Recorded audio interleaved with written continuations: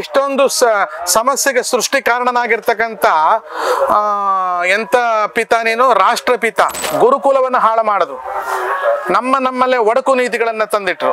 ನಾವು ಮುಸ್ಲಿಮರ ಬಗ್ಗೆ ಬೈತಾ ಇಲ್ಲ, ಭಾರತದಲ್ಲಿರ್ತಕ್ಕಂಥ ಹುಚ್ಚು ಮುಸ್ಲಿಮರ ಬಗ್ಗೆ ಹೇಳ್ತಾ ಇದ್ದೀನಿ.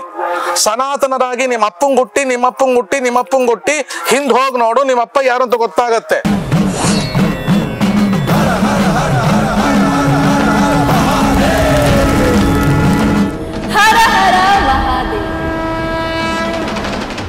ಗೋ ರಾಷ್ಟ್ರ ಪ್ರಾಣಿ ಆಗ್ಬೇಕನ್ನುವಂತ ಒಂದು ಕೂಗು ಬರ್ತಾ ಇದೆ, ಅದ್ರ ಬಗ್ಗೆ ಏನ್ ಹೇಳ್ತೀರಾ? ರಾಷ್ಟ್ರ ಪ್ರಾಣಿ ಗೋ ಅಂತ ಕರಿಬಾರ್ದು, ರಾಷ್ಟ್ರ ಮಾತಾ ಗೋಮಾತಾ, ರಾಷ್ಟ್ರ ಮಾತಾ ಗೋಮಾತಾ ಅನ್ಬೇಕು. ಏನೋ ದೇಶವನ್ನ ಗಾಂಧೀಜಿಯವರು ಮನಸ್ಸು ಮಾಡಿದ್ರೆ ಅವ್ರಿಗಿರ್ತಕ್ಕಂಥ ಸಾಮರ್ಥ್ಯದಲ್ಲಿ ಅವರು ಮೌನಿಗಳಾಗದಿದ್ದರೆ ಅವನು ಯಾರು ದೇಶ ಹೊಡೆದವನು? ಮುಸ್ಲಿಂ ಅವನ ಹೆಸರು ಮರ್ತೋಗ್ಬಿಡ್ತಾರ, ಜಿನ್ನನ್ನ ತಡಿಬಹುದಿತ್ತು. ಆದ್ರೆ ಆ ಹೊತ್ತಲ್ಲಿ ಅವ್ರು ಕಲ್ಕತ್ತಕ್ಕೆ ಕುತ್ಕೊಳ್ಳುವಂಥದ್ದು ಏನಿರ್ಲಿಲ್ಲ. ಅಂದ್ರೆ ಸ್ತಬ್ಧರಾದ್ರು, ಮೌನಿಗಳಾದ್ರು. ನಿಮ್ಮ ಇಷ್ಟು ತಪಸ್ಸು, ಇಷ್ಟು ಅಹಿಂಸೆ, ಉಪವಾಸ ಎಲ್ಲಿಗೆ ಬಂತ್ರಿ? ನನಗೂ ಗೊತ್ತಿಲ್ಲ. ಮೊನ್ನೆ ಯಾರೋ ತೋರಿಸಿದ್ರು, ಆ ಬಂಗಾಲದೊಳಗೆ ಬಂಗ ಎಂತದ್ದು ಬಾಂಗ್ಲಾ, ಅಲ್ಲಿ ಒಬ್ಬ ಸನ್ಯಾಸಿಯನ್ನ ಅದು ಏನೋ ತಗೊಂಡು ಹೊಡೆಯೋದು, ಅದು ನಂಗೆ ಅದು ನಿಜವೋ ಹೌದು ಅಲ್ಲ, ಅದು ತೋರಿಸಿ ನನಗೆ 15 ದಿವಸ ನಿದ್ದೆ ಬಂದಿಲ್ಲ. ಹೌದು, ಅಂದ್ರೆ ಅಲ್ಲಿ ಬಾಂಗ್ಲಾದೇಶದಲ್ಲಿ ಹಿಂದೂಗಳು ಅಲ್ಪಸಂಖ್ಯಾತರಾಗಿರೋದ್ರಿಂದ ಅವರ ಮೇಲೆ ಆಕ್ರಮಣಗಳಾಗ್ತಾ ಇದೆ. ಹಾ, ಇಂಥ ಒಂದು ಸಮಸ್ಯೆ ಸೃಷ್ಟಿ ಆಗ್ಲಿಕ್ಕೆ ನಿನ್ನ ಉಪವಾಸ,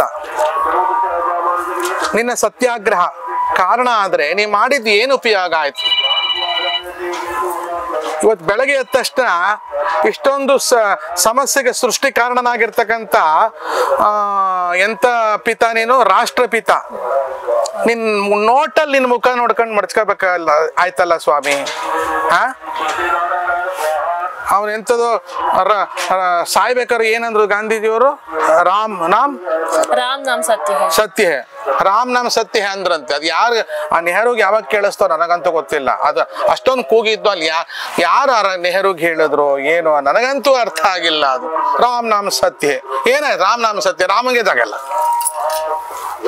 ಇಂತಹ ತೊಂದರೆಗಳು ಆದಲ್ಲಿ ಅದೆಲ್ಲದಕ್ಕೂ ಲೋಕದ ಮುಖ್ಯ ಧುರೀಣರೇ ನೇತಗಳೇ ಕಾರಣರಾಗ್ತಾರೆ ಬಿಟ್ಟರೆ ಬೇರೆ ಕಾರಣರಲ್ಲ. ಅವತ್ತಿನ ದಿವಸ ಇಡೀ ವಿಶ್ವ ಬ್ರಿಟಿಷ್ನವರಿಂದ ಸೇರ್ಕೊಂಡು, ಹೆಚ್ಚಿಗೆ ಬ್ರಿಟಿಷ್ನವರೇ ಸೇರ್ಕೊಂಡು ಈ ಸಂಸ್ಕೃತಿಯನ್ನು ಹಾಳು ಮಾಡೋದು, ಗುರುಕುಲವನ್ನು ಹಾಳು ಮಾಡೋದು, ನಮ್ಮಲ್ಲೇ ಒಡಕು ನೀತಿಗಳನ್ನ ತಂದಿಟ್ರು. ನಮ್ಮ ತೋಟಗಳಿಗೆಲ್ಲ ಗೋವಿನ ಫ್ಯಾಟನ್ ಹಚ್ಚೋದು, ತುರುಕುರು ಮಂದಿ ತೋಟಕ್ಕೆ ಹಂದಿ ಕೊಬ್ಬಚ್ಚೋದು, ಒಳಗಿಂದ ಒಳಗೆ ಇಂಥ ಹಿಂಸೆ ಕೊಟ್ಟಂತ ತುರುಕುರ ಬಗ್ಗೆ ಇವರು ಬ್ರಿಟಿಷ್ನವ್ರ ಬಗ್ಗೆ ಜ್ಞಾನ ಇಲ್ಲ ನಿಮ್ಗೆ. ಹಾಗಾಗಿ ಅವನನ್ನೇ ರಾಷ್ಟ್ರಪಿತ ಅಂತ ನೀವು ಕರಿಬೇಕಾದ್ರೆ ಒಂದು ದೇಶ ಇಬ್ಬಾಗವಾಗಿ, ಅವ್ರ ಅಪ್ಪಂದೇನ್ರಿ ಪಾಕಿಸ್ತಾನ? ಯಾರೇ ಅವರು ಬಂದಂತ ಅರಬರು ಯಾರು ಇಲ್ಲಿ ಉಳ್ಕೊಂಡಿಲ್ಲ.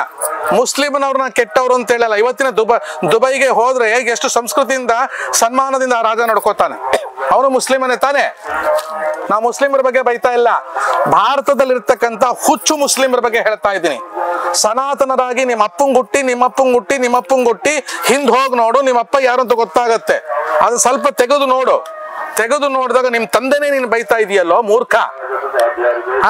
ಅಂತ ಬೈಯೋರಿಗೆ ಇವನು ಯಾವನೋ ವಿಶ್ವಧರ್ಮ ಲೋಕೋಧರ್ಮ ಅವ್ರ ಪ್ರಾರ್ಥನೆ ಚೆನ್ನಾಗಿದೆ ಅಂತ ಅವನು ಯಾವನೋ ನಿಜ ಗುಣಾನಂದ ಬೈತಾ ಇದ್ದಾನಲ್ಲ. ಏನ್ರಿ ಇದೆಲ್ಲ ಅರ್ಥ? ಅಂತ ಗಾಂಧೀಜಿಯನ್ನೇ ನೀವು ರಾಷ್ಟ್ರಪಿತ ಅಂತ ಒಪ್ಕೊಂಡು ನಿಮ್ಮ ಹರಿದಾಡುವ ನೋಟುಗಳಲ್ಲಿ ಆತನ ಮುಖ ಮುದ್ರಣ ಆಗಿದ್ರೆ ಇವತ್ ಬಿಡು, ಗೋ ಮಾತಾಗಿದೆ, ಮನೆಯಿಂದ ಆಚೆ ಹೋಗು ಅಂತ. ಜೀವೋ ಮಾತಾ, ಅರ್ಧ ಸಂಸ್ಕೃತ ಅರ್ಧ ಇಂಗ್ಲಿಷ್ ತಗೋಣ. ಅಂತಹ ಮಾತೆ, ಗೋಮಾತೆ ಭಾರತಕ್ಕಲ್ಲ ವಿಶ್ವಕ್ಕೆ ಆಗಬೇಕು. 2 ಸ್ಪೂನ್ ಹಾಲು ಕೊಟ್ಟಂತ ತಾಯಿ ನಿಮಗೆ ತಾಯಿಯಾಗಿ ಕಡೆ ತನಕ ಆ ವೃದ್ಧಾಶ್ರಮದಲ್ಲೇ ಉಳಿದ್ರು. ನಿಮ್ಮಮ್ಮ ಎಲ್ಲಿದಾರ್ರಿ? ವೃದ್ಧಾಶ್ರಮದಲ್ಲಿದ್ದಾರೆ. ಯಾರು? ನಮ್ಮಮ್ಮ ಅಂತಾನೆ ಹೇಳ್ತೀರಾ. ಅಕಸ್ಮಾತ್ ತಾಯಿಯ ಎದೆಯಲ್ಲಿ ಹಾಲು ಬರೆದಿದ್ರೆ ಹಸುವಿನ ಹಾಲು ಕುಡಿಸ್ತಾರೆ. ಎಮ್ಮೆ ಹಾಲು ಕುಡಿಸಿದ್ರೆ ಜೀರ್ಣ ಆಗೋಲ್ಲ. ಅದಕ್ಕೆ ಎಮ್ಮೆ ಮಾತಾ ಅಂತ ಮಾಡ್ಬೋದಿತ್ತಲ್ಲ ಅಂತ. ಎಮ್ಮೆ ಮಾತಾ ಅಂತ ಮಾಡ್ಬೋದಲ್ಲ, ಎಮ್ಮೆನ ಮಾತಾ ಮಾಡಕ್ಕಾಗಲ್ಲ. ಯಾಕೆ ಮಾಡಕ್ಕಾಗದು? ಆಂಟಿ ಅದು. ಅಂಬಾ ಎನ್ನುವ ಶಬ್ದ ಕರು ತನ್ನ ತಾಯಿ ಕರೆದು ಅಂಬಾ ಅಂಬಾ ಅಂಬಾ ಅಂತದೆ ನೋಡಿ, ತಾಯಿನ ಒದರುವಾಗ, ಹೌದಲ್ಲ? ಹಂಗೆ ನಮ್ಮ ಸಂಸ್ಕೃತದಲ್ಲಿ ತಾಯಿಯನ್ನ ಅಂಬಾ, ಅಂಬಾ ಭವಾನಿ, ಅಂಬಾ ಭವಾನಿ, ಅಮ್ಮ ಭವಾನಿ ಅಲ್ಲ, ಅಂಬಾ ಭವಾನಿ. ಅಂತಹ ಗೋವು ಲೀಟರ್ ಗಟ್ಲೆ ಹಾಲು, ಕಾಫಿ, ಚಾಯ್, ಮಕ್ಕನ್, ನವನೀತ, ಬೆಣ್ಣೆ, ಮೊಸರು, ಪೇಡೆ ಏನೆಲ್ಲ ಕೊಡ್ತಿದ್ಯಲ್ರಿ, ಅದನ್ನ ಯಾಕ್ರಿ ಕುತ್ತಿಗೆ ಕೊಯ್ ಸಾಯಿಸ್ತೀರಾ? ನಾಚಿಕೆ ಅಲ್ಲ ನಿಮ್ಗೆ? ಅದಕ್ಕೆ ನಾನು ಹೇಳೋದೇನಂದ್ರೆ, ಗೋಮಾತಾ ರಾಷ್ಟ್ರಮಾತಾ, ಗೋಮಾತಾ ರಾಷ್ಟ್ರಮಾತಾ, ಗೋಮಾತಾ ರಾಷ್ಟ್ರಮಾತಾ ಆಗಬೇಕು. ನಮ್ಮ ಜಗದ್ಗುರು ಬದ್ರಿ ಪೀಠಾಧೀಶರು, ಇಲ್ಲಿ ಇದು ಜಗದ್ಗುರು ಶಂಕರಾಚಾರ್ಯ ಪೀಠ, ಒಂದು ದಕ್ಷಿಣದಲ್ಲಿ ಶೃಂಗೇರಿ, ಪೂರ್ವದಲ್ಲಿ ದ್ವಾರಿಕಾ, ಮತ್ತೆ ಪಶ್ಚಿಮದಲ್ಲಿ ಇದು ಜಗನ್ನಾಥಪುರಿ, ಉತ್ತರದಲ್ಲಿ ಬದ್ರಿ ಪೀಠದ ಅಧ್ಯಕ್ಷರು ಇಲ್ಲಿದ್ದಾರೆ ಸ್ವಾಮಿಗಳು, ಅವಿಮುಕ್ತೇಶ್ವರಾನಂದ ಸರಸ್ವತಿಗಳು. ಏಕದಂಡಿಗಳಾಗಿ ಪಾಪ ಅವರು ಹೋರಾಟ ಮಾಡ್ತಿದ್ದಾರೆ. ಅವರಿಗೆ ಜೀವ ಬೆದರಿಕೆ ತಂದಿಟ್ಟಿದ್ದಾರೆ. ಪೊಲೀಸ್ನವ್ರು ಹೆಂಗ್ ಕಾಯ್ತಾ ಇದ್ದಾರೆ ನೋಡಿದ್ರ? ಒಬ್ಬ ಸನ್ಯಾಸಿಗೆ ಜೀವ ಬೆದರಿಕೆ ತಂದಿಡ್ತಾ ಇದ್ದಾರೆ ಅಂದ್ರೆ ಎಂಥ ಕಷ್ಟ ಆಗತ್ತಿದು. ಅದು ಆಗಬಾರ್ದು. ಹಾಗಾಗಿ ನಾವೆಲ್ಲರೂ ಸೇರಿ ಹಿಂದೂ ಧರ್ಮ ಉಳಿಸ್ತೀವಿ. ಹಿಂದೂ ಧರ್ಮದ ಉಳಿವಿಕೆಗೆ ಮುಖ್ಯ ಕಾರಣವಾಗಬೇಕು ಗೋಮಾತೆಯ ರಕ್ಷಣೆ ಆಗಬೇಕು. ಯಾಕೆಂದ್ರೆ ಸನಾತನ ಧರ್ಮದಲ್ಲಿ ಮಹಾಭಾರತ, ಭಾಗವತದಲ್ಲಿ ನೋಡಿ, ಯಾವಾಗ ಭೂಮಿಗೆ ತೊಂದರೆ ಆಗಿದೆ ಆ ಭೂಮಿ ಗೋರೂಪವನ್ನು ಧರಿಸಿ ಹೋದ್ಲು ಅಂತ ಬರೀತಾರೆ. ಆಡಿನ ರೂಪ ಧರಿಸಿದ್ಲು, ಇಲಿ ರೂಪ ಧರಿಸಿದ್ಲು ಅಂತ ಹೇಳ್ಬೋದಿತ್ತು, ಹೇಳಿಲ್ಲ. ಗೋವಿನ ರೂಪವನ್ನ ಧಾರಣೆ ಮಾಡಿ ಬ್ರಹ್ಮನಲ್ಲಿ ಪ್ರಾರ್ಥನೆ ಮಾಡಿಕೊಂಡು ಅಳ್ತಾ ಇದ್ಲು ಅಂತ ಅದಕ್ಕೆ ಶುರುವಾಗುತ್ತೆ. ಅದೆಲ್ಲ ಹಂಗೆ ಗೋರೂಪ ಧರಿಸ್ಕೊಂಡೋದ್ಲು ಅಂತವಿರಲ್ಲ, ಅದು ಸಾಂಜ್ಞಿಕ ಅಂದ್ರೆ ಸಂಜ್ಞಾ ರೂಪದಲ್ಲಿ ಹೇಳಿದ್ದಾರೆ. ಹಾಗಾಗಿ ರಾಷ್ಟ್ರಮಾತಾ, ರಾಷ್ಟ್ರಮಾತಾ, ರಾಷ್ಟ್ರಮಾತಾ, ಸನಾತನ ಹಿಂದೂ ಧರ್ಮಕ್ಕೆ ಜಯವಾಗಲಿ ಅನ್ನಬೇಕು. ನಮ್ಮ ಭಾರತೀಯ ಸಂಸ್ಕೃತಿಯನ್ನು ಬಿಟ್ಟು ಪಾಶ್ಚಾತ್ಯ ಸಂಸ್ಕೃತಿ ಅಂತ ಬಹಳಷ್ಟು ಜನ ಆಕರ್ಷಿತರಾಗಿದ್ದಾರೆ. ಅದ್ರ ಬಗ್ಗೆ ಏನ್ ಹೇಳ್ತೀರಾ? ಈಗ ನೀನು ನೋಡಿದಂತೆ ಕುಂಭಮೇಳದಲ್ಲಿ ಅನೇಕ ವಿದೇಶಿಯರು ನಮ್ಮ ಸನಾತನದ ಸಂಸ್ಕೃತಿಯನ್ನ ಪಾಲಿಸ್ತಿರೋದು ನೀನು ನೋಡಿದ್ಯಾ? ಎಲ್ಲರೂ ರುದ್ರಾಕ್ಷ ಮಾಲೆ, ಸಾರಿ, ಆಮೇಲೆ ವಿಭೂತಿ, ಆಮೇಲೆ ಹರೇ ರಾಮ ಡ್ಯಾನ್ಸ್ಗಳು. ಅವ್ರು ನಮ್ಮನ್ನ ಮಾಡ್ತಾ ಇದಾರೆ, ನಾವು ಅವ್ರನ್ನ ಮಾಡ್ತಾ ಇದ್ದೇವೆ. ಅವ್ರು ಆ ಸಂಸ್ಕೃತಿಯನ್ನು ಪಾಲಿಸ್ಬೇಕು. ಯಾರ್ಯಾರು ಸನಾತನ ಸಂಸ್ಕೃತಿಯನ್ನ ಬಿಟ್ಟು ವೇಷದಿಂದ ಇರ್ಬೋದು, ಭೂಷದಿಂದ ಇರ್ಬೋದು, ನೀವು ಅನ್ಯರನ್ನ ನೀವು ಫಾಲೋ ಮಾಡ್ತಾ ಇದ್ರೆ ನೀವು ಅರ್ಥ ಮಾಡ್ಕೊಳ್ಳಿ, ನಿಮ್ಮ ಜನನಕ್ಕೆ ಕಾರಣರಾಗಿರ್ತಕ್ಕಂಥವ್ರ ನೀವು ಮರ್ತಿದ್ದೀರಿ ಅಂತ. ಅದು ಆಗಬಾರದು, ಅದನ್ನ ನಾವು ಒಪ್ಪೋದಿಲ್ಲ. ಅಮ್ಮ, ಇಲ್ಲಿವರೆಗಿನ ರಾಜಕೀಯ ನಾಯಕರನ್ನ ನೋಡಿದ್ರೆ ಸನಾತನ ಧರ್ಮವನ್ನ ಬಹಳ ಅದ್ಭುತವಾಗಿ ಎತ್ತಿ ಹಿಡಿತಾ ಇರುವಂತವ್ರು ನಮಗೆ ಕಾಣಿಸ್ತಾ ಇರುವಂತದ್ದು ಮೋದಿಜಿ ಮತ್ತು ಯೋಗಿಜಿ. ಅವ್ರ ಬಗ್ಗೆ ಏನ್ ಹೇಳ್ತೀರಾ? ಯೋಗಿಜಿಗೆ ಇರ್ತಕ್ಕಂಥ ಶಕ್ತಿ ಬಹಳ ದೊಡ್ಡದು ಅಲ್ವಾ? ಪ್ರಧಾನಮಂತ್ರಿ ಮೋದಿಜಿಗೆ ಇರ್ತಕ್ಕಂಥ ತಲೆ ದೊಡ್ಡದು, ಆದ್ರೆ ಭಗವಂತನ ಅನುಗ್ರಹ ಅದಕ್ಕಿಂತ ದೊಡ್ಡದು ಅಲ್ವಾ? ಆ ಅನುಗ್ರಹವನ್ನು ಅರಿತು ಮನೆಗೆ ಮಂತ್ರಾಲಯ, ಮನಸೇ ದೇವಾಲಯ, ದೇವರೆಲ್ದು ಪ್ರೇಮ ಸ್ವರೂಪ, ಪ್ರೀತಿ ಮಾತ್ರವೇ ನಂದಾದೀಪ, ಅರಿತು ಬಾಳಲು ಜನ್ಮ ಸಾರ್ಥಕ. ಅವತ್ತು ರಾಮ ಜನ್ಮಭೂಮಿಯ ಯುದ್ಧದಲ್ಲಿ ನಾನು ಹೋಗಿದ್ದೆ, ನಾನು ಕರ್ಕೊಂಡು ಹೋಗಿದ್ರು.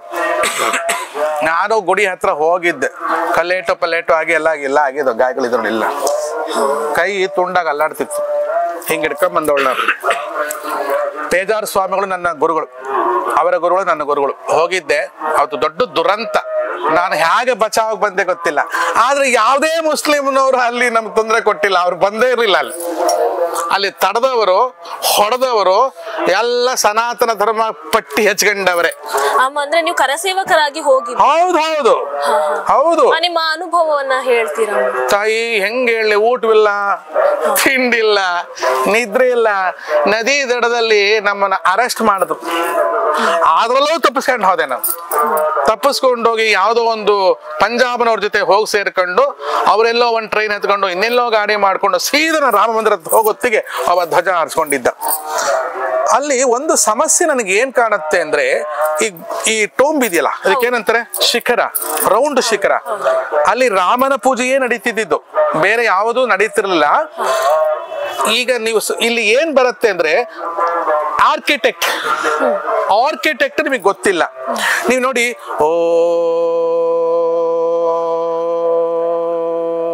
ಅನ್ನಿ, ಅದು ರೌಂಡ್ ಆಗಿ ಅಂತ ಕೇಳುತ್ತೆ. ಎಲ್ಲಿ? ಗೋಲ್ ಗುಂಬಜಲ್ಲಿ.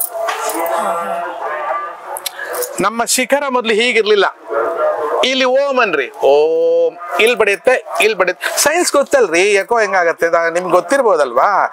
ವೃತ್ತಾಕಾರದಲ್ಲಿ ಜ್ಞಾನ ಹೆಚ್ಚುತ್ತೆ. ನಿಮ್ಮ ಬುಳ್ಳೆ ಗುಂಡಗಿದೆಯಾ ಹಿಂಗಿದ್ಯಾ? ಗುಂಡುಗಿದೆ. ನಿನ್ ತಲೆ ಹಿಂಗಿದ್ಯಾ? ಇಲ್ಲ ಇಲ್ಲ, ಹಂಗಿಲ್ಲ ತಾನೆ.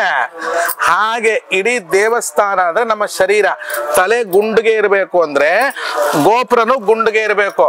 ಅದು ಅವ್ರಿಗೆ ಯಾರು ಅರೇಬಿಯಾದವ್ರಿಗೆ ಏನ್ ಗೊತ್ತಾಯ್ತು ನಂಗೆ ಗೊತ್ತಿಲ್ಲ, ಮಾಡಿದ್ದಾರೆ. ಆದ್ರೆ ಉದ್ದ ಶಿಖರ ಅವೆಲ್ಲ ನಾನು ಒಪ್ಪಲ್ಲ. ತಿರುಪತಿಗೆ ಹೋಗಿ ಮೇಲೆ ವೃತ್ತವೇ ಇದೆ. ಮೈಸೂರು ಅರಮನೆ ನೋಡಿ, ವೃತ್ತವೇ ಇದೆ. ವೃತ್ತವು ಮುಸ್ಲಿಮರ ಕಲ್ಚರ್ ಅಲ್ಲ. ಅದು ಯಾರ್ಯಾರು ಪ್ರಾರ್ಥನೆ ಮಾಡ್ತಾರೋ ಅವರ ಪ್ರಾರ್ಥನೆ ಓಂ ಅಂದ ತಕ್ಷಣ ಅದೆಲ್ಲ ಕಡೆ ಬರ್ಬೇಕು ಅಲ್ವಾ. ಮುಸ್ಲಿಮರಿಗೆ ಯಾಕೆ ತೊಂದರೆ ಆಗ್ತಾ ಇದೆ ಅಂದ್ರೆ ಅವರ ಚಿಹ್ನೆ ಏನ್ ಹೇಳಿ, ಚಂದ್ರ ಮತ್ತು ಚಾಂದ್ ಸಿತಾರ ಏನಾ. ಚಾಂದ್ ಅಂದ್ರೆ ಚಂದ್ರ. ಅಕಾರ್ಡಿಂಗ್ ಟು ಜ್ಯೋತಿಷ್ಯ ಚಂದ್ರನಿಗೂ ಶುಕ್ರನಿಗೂ ಹಾಗೆ ಬರೋಲ್ಲ, ಎರಡು ಡೆಡ್ ಆಪೋಸಿಟ್. ಅವ್ರ ಚಿಹ್ನೆನೇ ಅವ್ರು ಸರಿಯಾಗಿ ಇಟ್ಕೊಂಡಿಲ್ಲ. ಅವರ ಚಿಹ್ನೆ ಬರೀ ಚಂದ್ರ ಒಂದಿದ್ರೆ ಸಾಕಾಗಿತ್ತು, ಅಥವಾ ಸಿತಾರ ಒಂದಿದ್ರೆ ಸಾಕಾಗಿತ್ತು. ನೋಡಿ ಬೇಕಾದ್ರೆ ಹೆಣ್ಮಕ್ಳೆ ಹೊಡೆದಾಡ್ಕೊಳ್ಳೋದು, ಗಂಡಸರಲ್ಲ. ಗಂಡಸರು ಹೊಡೆದಾಡಕ್ಕೆ ಹೆಣ್ಮಕ್ಳೇ ಕಾರಣ ಆಗ್ಬಿಡ್ತಾರೆ. ಹಾಗಾಗಿ ಶುಕ್ರನು ಹೆಣ್ಣೆ, ಚಂದ್ರನು ಹೆಣ್ಣೆ, ಅವೆರಡಕ್ಕೂ ಬರಲ್ಲ. ಹಾಗೆ ನಿಮ್ ಕುಂಡಲಿ ನೋಡ್ಕೊಳ್ಳಿ, ಎಲ್ಲಿ ಚಂದ್ರ ಶುಕ್ರ ಇರ್ತಲ್ಲ ಫೈಟಿಂಗ್ ನಡೆದೇ ಇರುತ್ತೆ. ಹಾಗಾಗಿ ಅವರದೇನು ಧರ್ಮ ಸಂಕೇತ ಇಲ್ಲ, ಅದು ಸರಿ ಇಲ್ಲ. ಆದ್ರೆ ಆ ವೃತ್ತಾಕಾರ ಇದೆಯಲ್ಲ ಅದು ಅದ್ಭುತವಾದ, ಪ್ರಾರ್ಥನೆಯೂ ಅದ್ಭುತವಾದ. ಆದ್ರೆ ನಾವೆರಡು ಮಾತಾಡ್ಲಿಕ್ಕಿಲ್ಲ. ಟಿವಿ ವಿಕ್ರಮ, ದೇಶ ನಿಮ್ಮ ಕೈಯಲ್ಲಿ. ಈ ಕಾರ್ಯಕ್ರಮ ನಿಮಗೆ ಇಷ್ಟ ಆಗಿದ್ದಲ್ಲಿ ಲೈಕ್, ಶೇರ್ ಹಾಗೂ ಕಮೆಂಟ್ ಮಾಡಿ. ಟಿವಿ ವಿಕ್ರಮದ ಕಾರ್ಯಕ್ರಮಗಳನ್ನು ನಿರಂತರವಾಗಿ ವೀಕ್ಷಿಸಲು ಸಬ್ಸ್ಕ್ರೈಬ್ ಮಾಡಿ, ಬೆಲ್ ಐಕನ್ ಒತ್ತಿ.